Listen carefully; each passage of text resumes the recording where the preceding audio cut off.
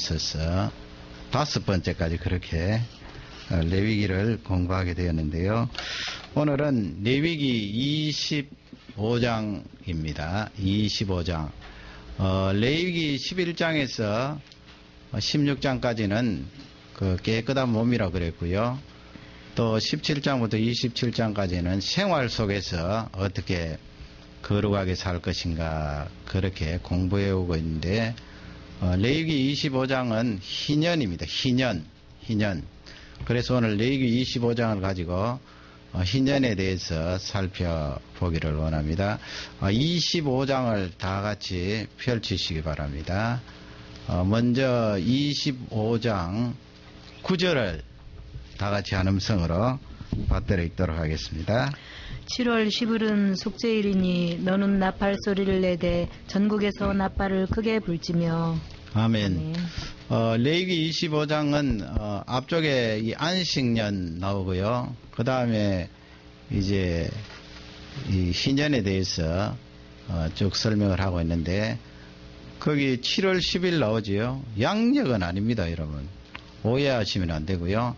7월 10일 하면 그 유명한 속죄일 아니에요? 대속죄일. 보통 대자를 붙여서 대속죄일. 그 1년에 한 차례 대제사장이 지성소 안에 들어가서 이스라엘의 모든 죄를 놓고 기도하고 용서함 받는 그런 날이 되겠는데요.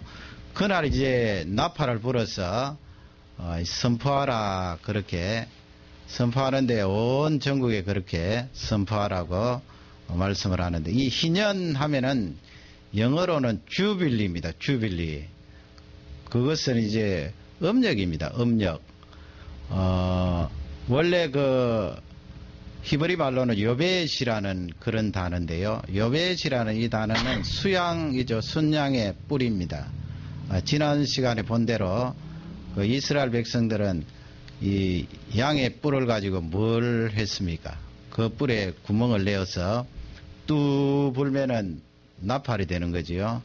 큰 것은 상당히 크기 때문에 나팔로 그렇게 사용을 했는데 요벳 하면은 순양의 뿔 그런 뜻이 되겠고요. 그러면 희년 하면은 그 양의 뿔하고 무슨 관계가 있어서 그렇게 요벳이라고 하고 우리 번역에는 희년이라고 하고 영어 단어에는 주빌리 그렇게 했는가? 그것은 바로 이 9절 말씀을 근거로 그렇게 한 거예요. 하나님께서 그 나팔을 불면서 온 전국에 선포를 하는데 그 선포하는 내용은 9절, 10절, 11절 내려가면서 희년에 대해서 그렇게 선포를 합니다. 그 이스라엘 백성들은 일반 백성들도 나팔을 불 수 있었거든요. 그 나팔을 가지고 이제 어떤 신호음을 내고 그렇게 했는데 특히 이 제사장들이 나팔을 가지고 나팔을 불 때는 특별한 일입니다. 굉장히 중요하고 요긴한 일에 제사장들이 이제 나팔을 부르는데 그것을 요벳이라고 합니다. 그래서 이 희년이라는 히브리 단어는 양의 뿔이라는 거기에서 유래가 되었다 하는 것을 알 수가 있는데요. 10절 말씀을 다 같이 우리 한번 살펴보겠습니다. 10절을 다 같이 읽겠습니다. 제 50년을 거룩하게 하여 전국 거민에게 자유를 공포하라. 이 해는 너희에게 희년이니 너희는 각각 그 기업으로 돌아가며 각각 그 가족에게로 돌아갈지며. 아멘. 네. 거기 보면 여러 단어 중요한 단어가 나오는데 희년이 나오고요. 또 50년 나오죠. 제 50년째 50년이 나오고 자유라는 그런 단어가 나옵니다. 자유. 그러면 그 다음에 마지막에 보면 돌아간다 하는 그런 단어가 나오고요. 거기 제 50년째란 말씀은 그 안식일을 기준으로 그렇게 계산을 하는 거죠. 첫 번째 이 안식일이 지나면 그 다음에 또 다음에 안식일이 오려면 7일이 걸리잖아요. 그 단위가 이제 횟수로도 똑같이 이제 적용이 됩니다. 1년, 2년, 3년에서 7년 되면 안식년이 되는 거죠.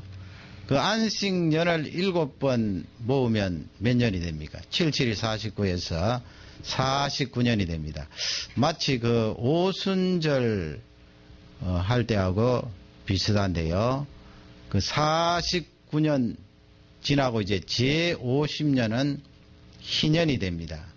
7번째 안식년이 지난 다음에 희년을 선포하고 온 전국에 나팔을 불고 자유하라 하는 그런 메시지가 온 이스라엘 땅에 퍼지게 되는데 그것이 바로 희년이 되겠습니다. 희년. 그러면 그 희년의 내용을 우리가 살펴봐야 도대체 이 희년이 무엇인가 알 수가 있거든요. 희년의 내용을 한번 살펴보면 23절부터 마지막 55절까지 그 희년의 내용을 하나님께서 말씀으로 주셨는데 네 가지로 그렇게 나누어 볼 수가 있습니다. 첫째는 토지에 대해서 나오고요.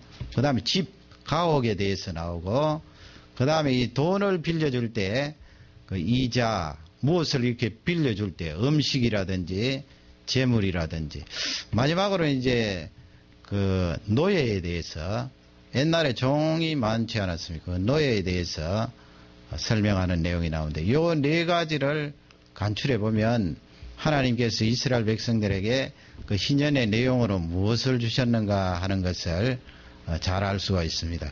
먼저 살펴볼 것은 토지에 대해서 하나님께서 이 지구를 만드시고 사람이 살 수 있도록 하고 또 동물들이 있잖아요. 또 식물이 있고요. 또 거기에다가 이 땅이 있고 또 육지가 바다가 있고 그렇게 해서 이 지구가 아름다운 조화를 이루고 있는데 우리 사람이 이 발을 붙이고 사는 이 땅이 그토록 중요합니다. 하나님께서 그래서 희년을 말씀하실 때 이 토지에 대해서 말씀을 했는데 이 토지에 대해서 3절 4절에 보면 이스라엘 백성들이 가나안 땅에 들어갔을 때 이 토지를 어떻게 경작하는가 그 근본 원리를 가르쳐 주셨습니다. 먼저 3절 말씀을 다 같이 읽도록 하겠습니다. 너는 6년 동안 그 밭에 파종하며 6년 동안 그 포도원을 다스려 그 열매를 거둘 것이나. 아멘. 예, 6년 동안이라는 숫자가 나오죠. 마치 그 십계명의 안식일 말씀하실 때처럼 6일 동안 힘써 일하고 제7일 안식일은 쉬어라 안식하라 말씀하신 것처럼 이 토지를 경작할 때도 6년 동안은 파종을 하고 거두고 그렇게 열심히 농사를 지을 수 있습니다만은 이 4절 말씀에 가면은 다 같이 4절을 읽겠습니다. 제7년에는 땅으로 쉬어 안식하게 할지니 여호와께 대한 안식이라. 너는 그 밭에 파종하거나 포도원을 다스리지 말며. 예. 그 제7년째는 안식년이라고 해서 아예 물론 이것은 이제 이스라엘 백성들이 가나안 땅에 들어가서 정착할 때를 말씀을 합니다. 그 땅은 약속의 땅이잖아요. 하나님께서 축복하시고 은혜를 베풀어 주신 젖과 꿀이 흐르는 땅인데 그 땅에 이스라엘 백성들이 들어가서 살면 이 원리대로 하라는 것입니다. 제7년째는 씨앗을 뿌리지도 말고 심지어는 그 포도 농사를 하는데 포도 농사를 거두지 마라 그렇게 하나님께서 말씀을 하셨어요. 휴경이라 그러지요. 쉬라는 말씀이에요. 잡초가 뭐 자라나든 아무런 관계없이 그냥 밭을 논을 1년 동안 놀리라는 거예요. 그러면 여러분 이 세상 논리로 하면 계속 우리가 돌려야 되는데 마치 닭장 안에 불을 환하게 켜놓고 밤에도 이 닭이 먹이를 쪼아 먹을 수 있도록 그렇게 우리 사람을 뭐 계속 돌리려고 그러잖아요. 하루 24시간 1년 365일 계속 돌리면 계란이 나오고 그러니 이 땅도 우리 생각 같아서는 계속 2모작 3모작하고 계속 돌리면 더 많은 수확을 얻고 좋지 않을까요? 생각할지 모르지만 하나님은 그 하나님 백성들에게 그렇게 하지 말라는 거예요. 1년 동안 쉬라는 거예요. 그러면 세상 사람들이 생각할 때는 물론 거기 하나님 백성들도 마찬가지예요. 그런 의문을 가지잖아요. 계속 돌아가도 먹고 살똥말똥한데 하나님 아버지 1년 쉬면은 우리는 뭐 먹고 살까요? 그렇게 질문을 가지고 있는 이스라엘 백성들에게 21절, 22절 보면요. 하나님이 답변을 주시거든요. 21절을 먼저 읽도록 하겠습니다. 다 같이 읽겠습니다. 내가 명하여 제6년에 내 복을 너희에게 내려 그 소출이 3년 쓰기에 족하게 할지라. 아멘. 3년 쓸 수 있도록 소출의 복을 주신다는 말씀이에요.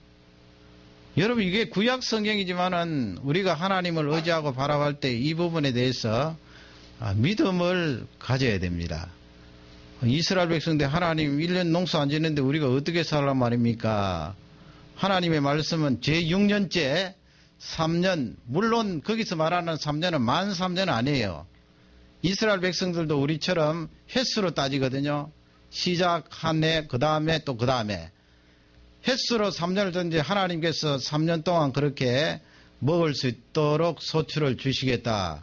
복을 주시겠다. 그렇게 말씀하시고 22절을 한번 보세요. 22절 다 같이 읽겠습니다. 너희가 제8년에는 파종하려니와 묵은 곡식을 먹을 것이며 제9년 곧 추수하기까지 묵은 곡식을 먹으리라. 그게 무슨 말씀이에요? 안식년 지키는데 안식년에는 7년째잖아요. 7년. 7년째는 씨앗을 뿌리지도 못하고 거두지도 못해요. 그러면 파종은 언제 합니까? 파종은 8년째 해야 돼요. 그러니까 22절 말씀 그 말씀이에요. 8년째. 8년째 하니까 8년째 뒤에 가서 거두어 먹는데 이 희년이 있잖아요. 7년 가다 49년째가 안식일에 걸리고 그 다음에 50년째도 희년이기 때문에 이스라엘 백성들이 뿌리지도 못하고 거두지도 못해요. 그러면 그게 횟수로 따지면 안식일로 따지면 8년째가 되잖아요. 그 희년 그 다음에가. 그러니까 제9년째 가서 파종을 한단 말이에요. 그러면 파종한 그것을 9년째 후반기에 가서 먹을 수 있는데 하나님께서 그것까지도 미리 수확할 수 있도록 은혜를 주신다 하는 말씀인데 이 영적인 원리는 신약 시대에도 그대로 적용돼요. 하나님의 말씀을 그대로 받아들이면 우리가 굶지 않고 하나님의 자녀들을 먹여 살리시는 그 하나님을 찬양합니다. 늘 강조합니다만은 우리 힘으로 산다고 생각하면 안 돼요. 하나님께서 이렇게 희년이나 안식년을 통하여 우리에게 주시는 말씀은 너희들 힘으로 산다고 생각하면 안 된다는 거예요. 농사 1년 안 지어도 하나님께서 주실 수 있는 분이고 근본적으로 하나님께서 주시기 때문에 그런 하나님의 은혜를 기다리고 복을 사모하라 하는 귀한 말씀이 되겠습니다.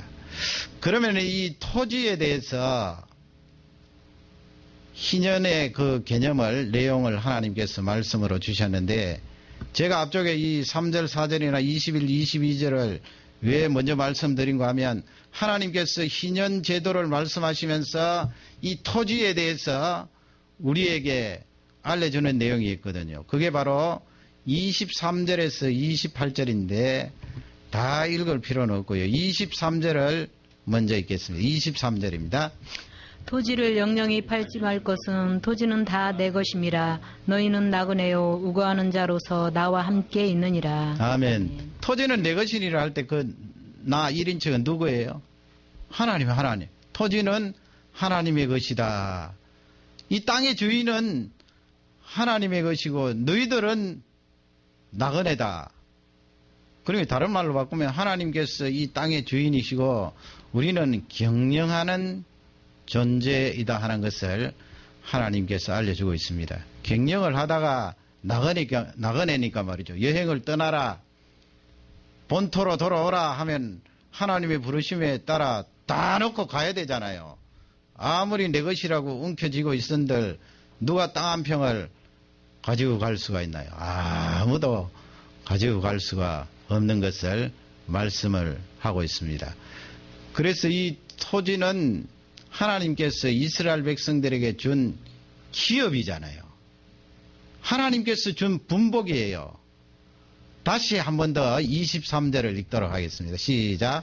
토지를 영영히 팔지 말 것은 토지는 다 내 것임이라. 너희는 나그네요 우거하는 자로서 나와 함께 있느니라. 아멘. 거기 보면 토지를 영영히 팔지 마라 그랬어요. 그 희년의 중요한 개념인데 영영히 팔지 마라는 이 말씀은 네 거라고 팔았지만은 그 판 것이 너의 것이라서 판 것이 아니라는 말씀도 되고 또 내가 토지를 가지고 있다가 판 사람도 판매한 사람도 다시 돌려받을 수 있다는 말씀이에요. 왜냐하면 원래 하나님께서 하나님 백성들에게 너에게 해당되는 그 땅의 지분을 허락하셨기 때문에 그렇습니다.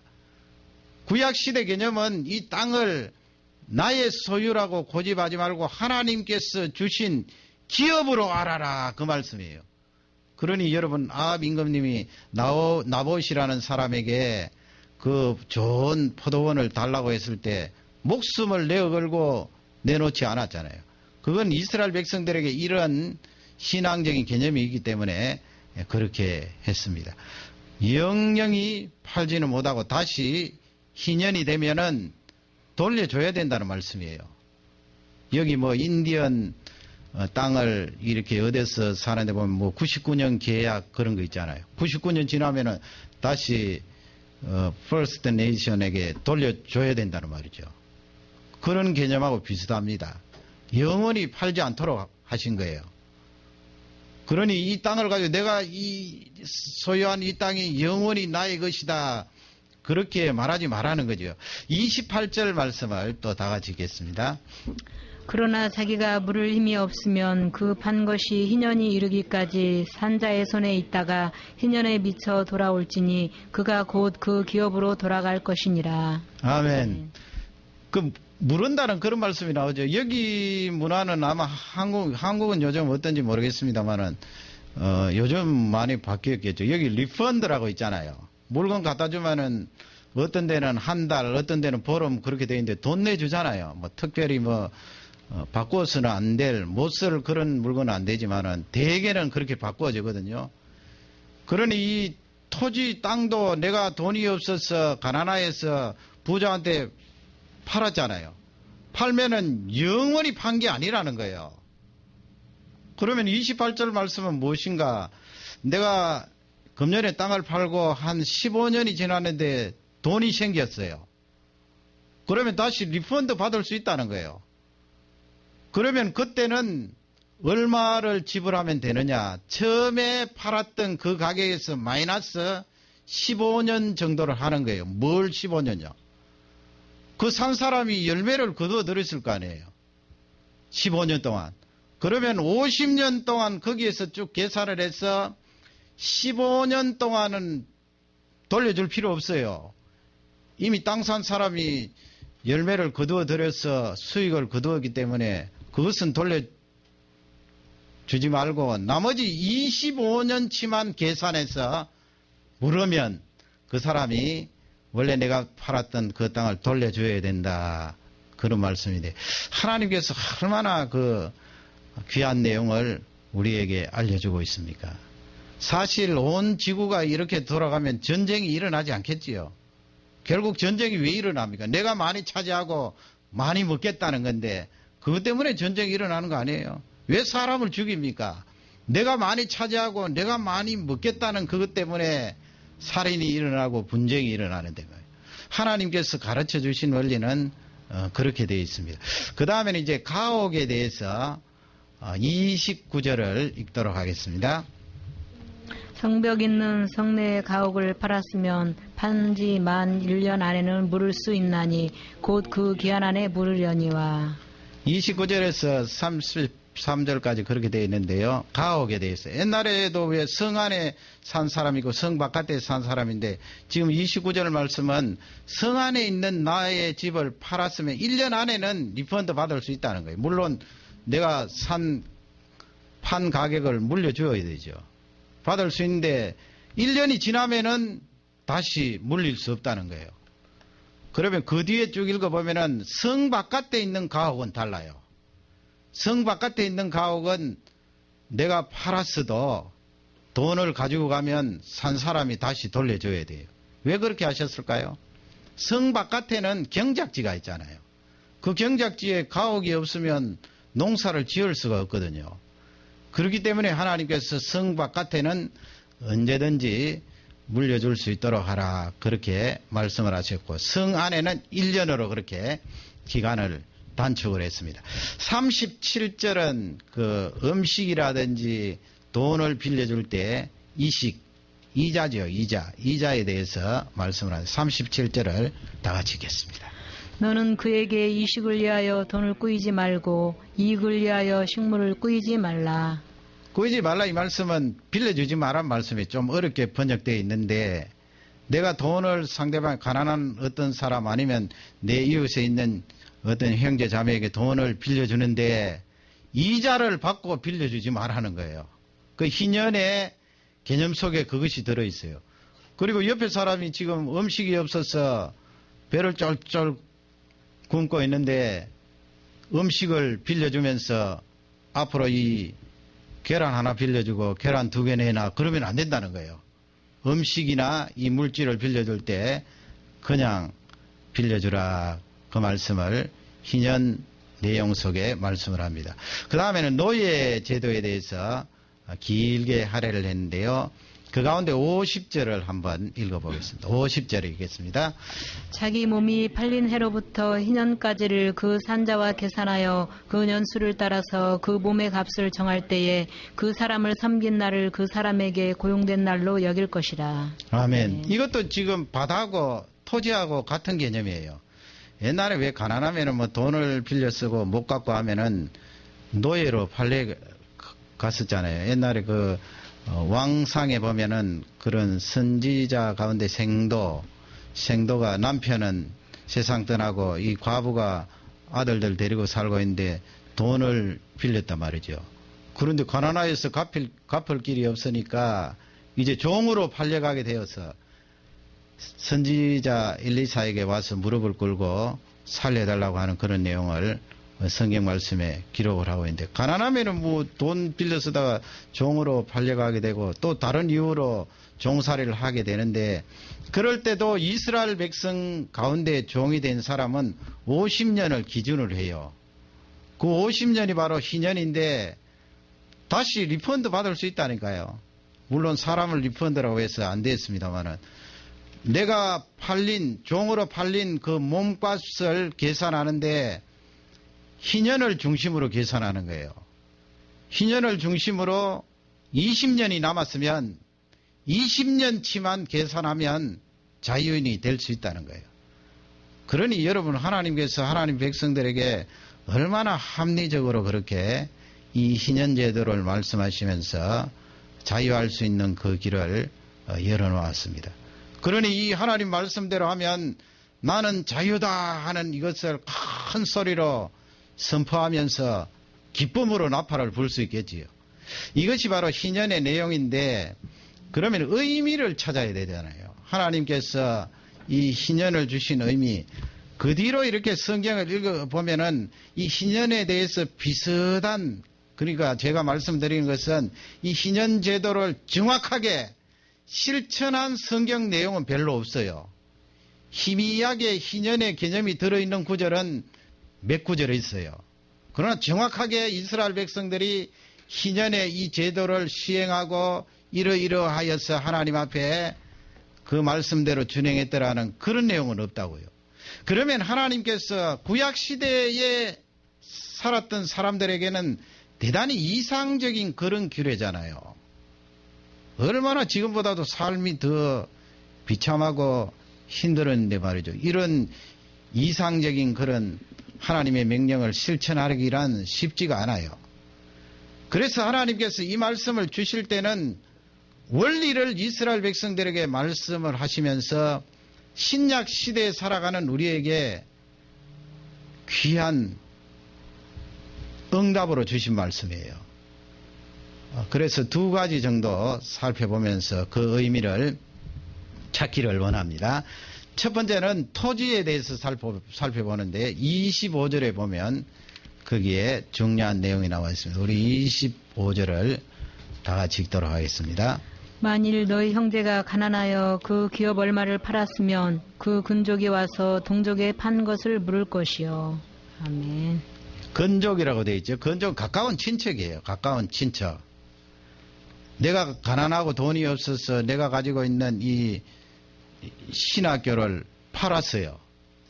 땅을요.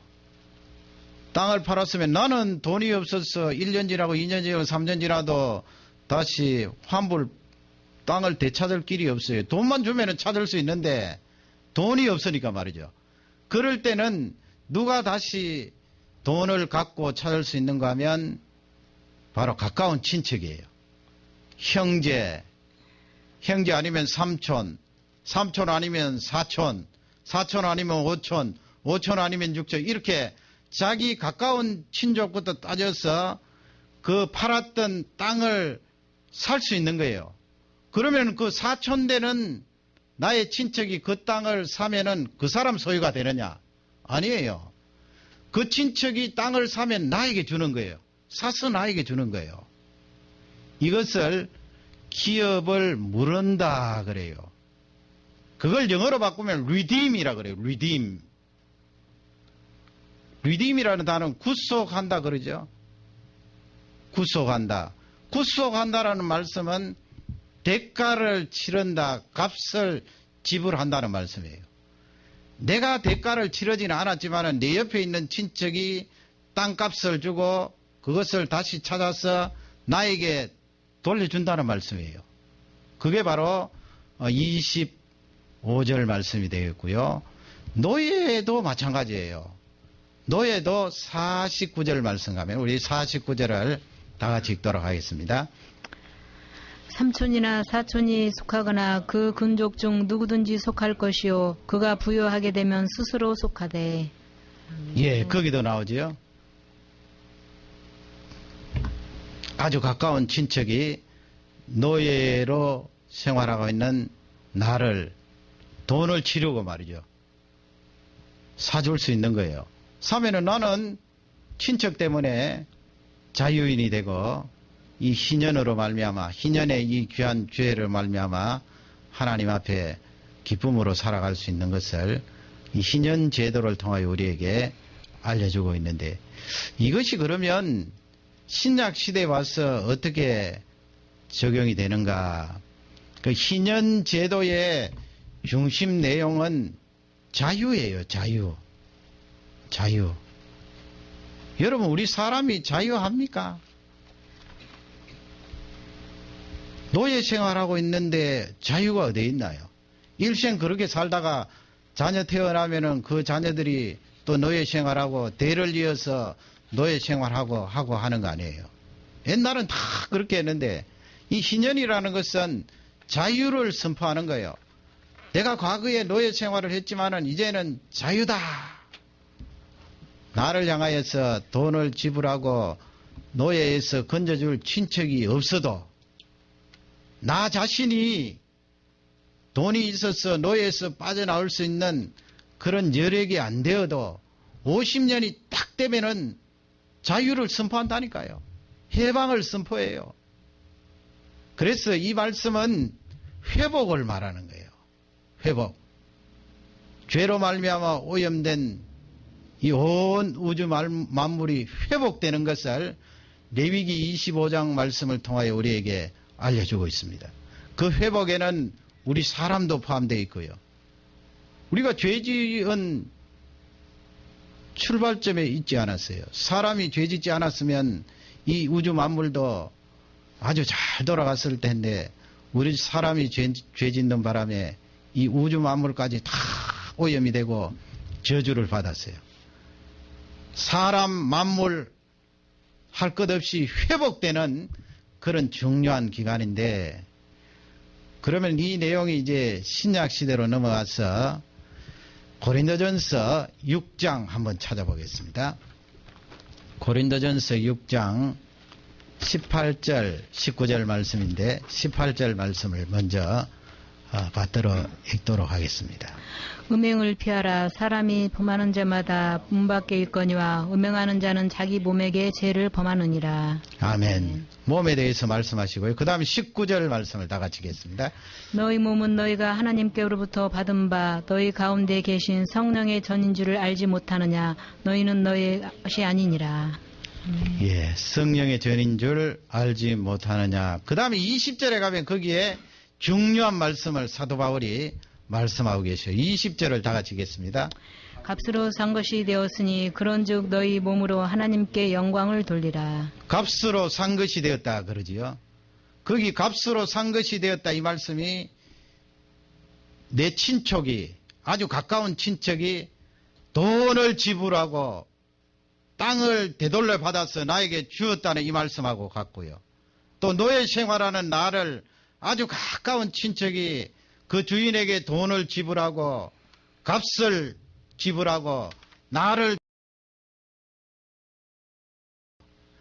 그러면 거기서 값을 지불한 주인공이 누구입니까? 바로 예수 그리스도시죠. 예수님께서 십자가 위에서 나를 위하여 값을 지불하시고 사셨어요. 마귀의 종살이하고 죄의 노예 생활했던 나를 십자가의 보혈로 자신의 생명을 내어던지시고 나를 사셔서 하나님 자녀로 삼았던 것을 말씀하고 있습니다. 그러므로 우리 예수님은 나의 가장 가까운 친족이세요. 가장 가까운 분이세요. 그분이 대가를 치르고 노예 생활하는 나를 사셔서 건져주셔서 영원한 생명을 허락하신 줄 확신합니다. 누가복음 4장 한번 찾아보겠습니다. 누가복음 4장 18절 19절인데요. 4장 18절을 먼저 한음성으로 받들어 읽도록 하겠습니다. 예수님께서 이사야 61장 1절 2절 말씀을 인용하시면서 이 말씀을 많은 사람들에게 알리고 있는데요. 누가복음 4장 18절을 다 같이 먼저 읽겠습니다. 주의 성령이 내게 임하셨으니 이는 가난한 자에게 복음을 전하게 하시려고 내게 기름을 부으시고 나를 보내사 포로된 자에게 자유를 눈먼 자에게 다시 보게 함을 전파하며 눌린 자를 자유하게 하고. 예. 눈먼 자 나오고 포로된 자에게 자유를 눌린 자에게 자유를 그리고 성령 하나님이 내게 임하셨다 그 말씀을 예수님이 하시고 그 다음에 19절 보면 거기에 중요한 내용을 말씀하세요. 19절을 다 같이 읽겠습니다. 주의 은혜의 해를 전파하게 하려 하였음이라 하였더라. 아멘. 주의 은혜의 해라고 그랬습니다. 그 해라는 것은 연이란 말이죠. 이어. 주의 은혜의 해. 은총의 해. 그게 바로 희년이에요. 희년. 희년. 이사야 61장 1절 2절도 같은 내용인데 예수님께서 그 내용을 인용하시면서 거기에도 있거든요. 주의 은혜의 해. 바로 희년을 말하는 거예요. 가난한 자에게 아름다운 소식을 전하게 하시고 눌린 자에게 자유를 허락하시고 포로된 자에게 자유를 허락하시고 그 어떤 사람들은 이 구절을 가지고 실제 돈 없고 가난한 사람 또 감옥에 갇혀 있는 사람 연약한 사람 그런 사람들에게만 해당된다 하는데 아니에요. 그런 사람도 해당되겠지만 여기서 주시는 중요한 말씀은 가난한 자 할 때는 마태복음 5장에 나와 있는 대로 심령이 가난한 자는 복이 있나니 예수 그리스도를 영접하기 위하여 심령이 가난해야 예수 그리스도의 복음이 나에게 들어오지 않습니까?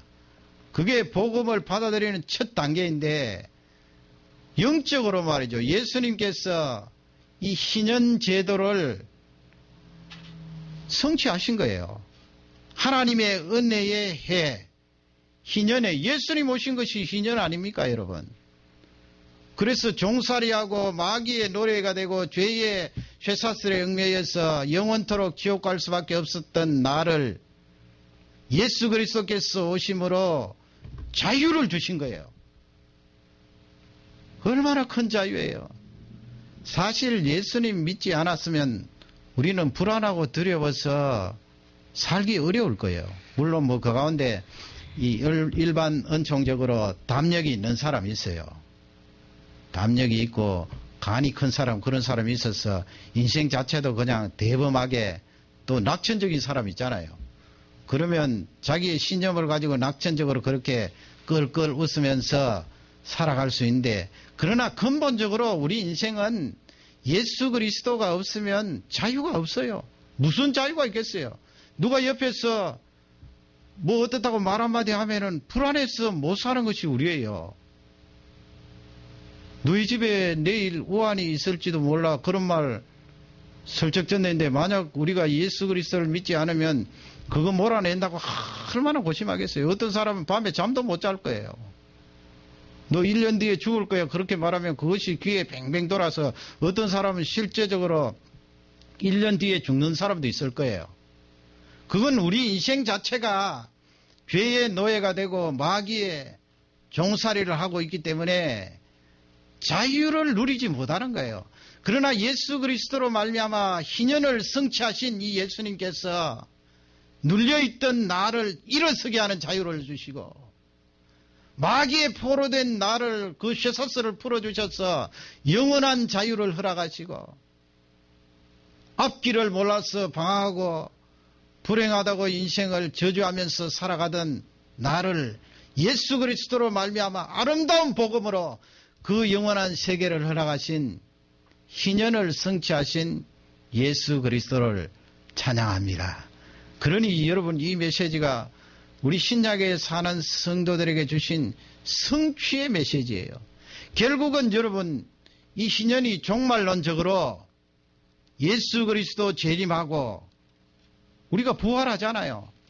그때까지 살아있으면 우리 몸이 신령하게 바뀌어서 죽음을 체험하지 않고 영원토록 살게 될 텐데, 그때는 완전한 희년이 이루어지잖아요.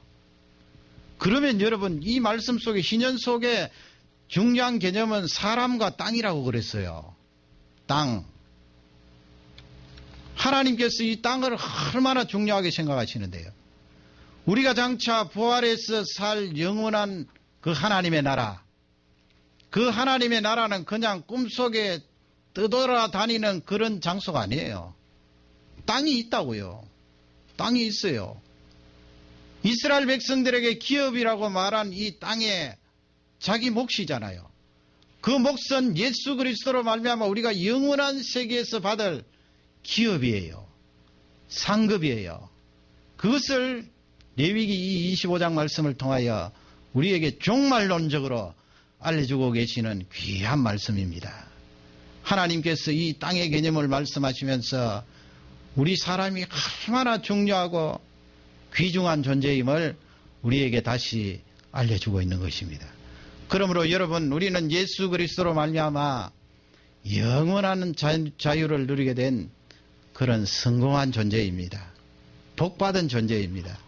이 복음을 통하여 늘 기뻐하시고 감사하시는 종들이 되시기를 주님의 이름으로 축원합니다. 다 같이 기도하겠습니다.